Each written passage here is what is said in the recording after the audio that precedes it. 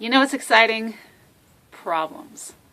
Why would problems be exciting? Well, because then you can find solutions. And often, the way I'm living, those solutions are actually on the land. And if it wasn't for the need and the necessity, I probably wouldn't discover them. And what's more empowering than knowing that what you want and need to live, you can get just right outside your door, and you can make it with your own two hands. I personally find that exciting. I was meant to be free, I was meant to be. I was meant to be free, I was meant to be. I was meant to be free, I was meant to be. I was meant to be free, I was meant to be. So this morning's problem is that I have a little mouse that likes to poop on my rocket stove. And yeah, I'm just not digging the poop all over my rocket stove. So I just need to brush it off. Simple, right? No, my broom. My broom. It's too big. So I needed something else. I needed a small little hand brush, right? But I can't go to Walmart and buy some little plastic thing or whatever. And do I really want to order some plastic thing online? No, I have yucca.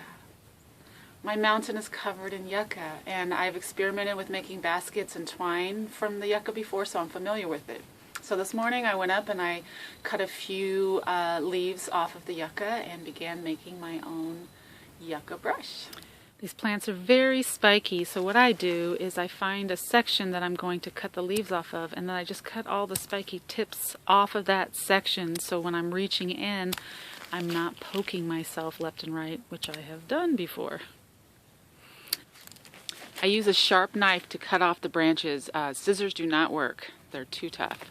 And then I put them together, alternating between fat side and thin side, or thick and thin, so that it's even on both sides, and then I tie it together in the center.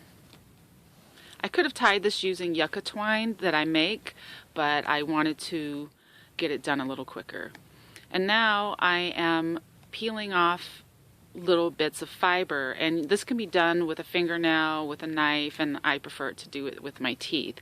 And you can separate these fibers as thin as you like. The fibers are actually very thin. Once that's done, then I just fold it in half, and you see those lovely dirty fingernails? Well, that's because I cleaned out the ash out of my rocket stove this morning, and the water was too cold to wash my hands, so country living. So tie the two sides together nice and firm.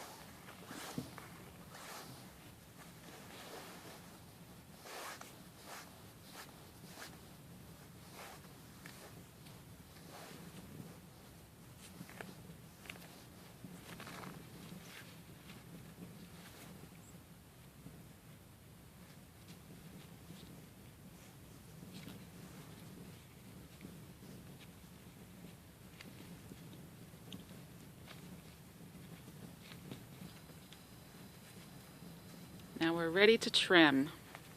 I just trim off the branches until they're even, and also to the length that I want to have them.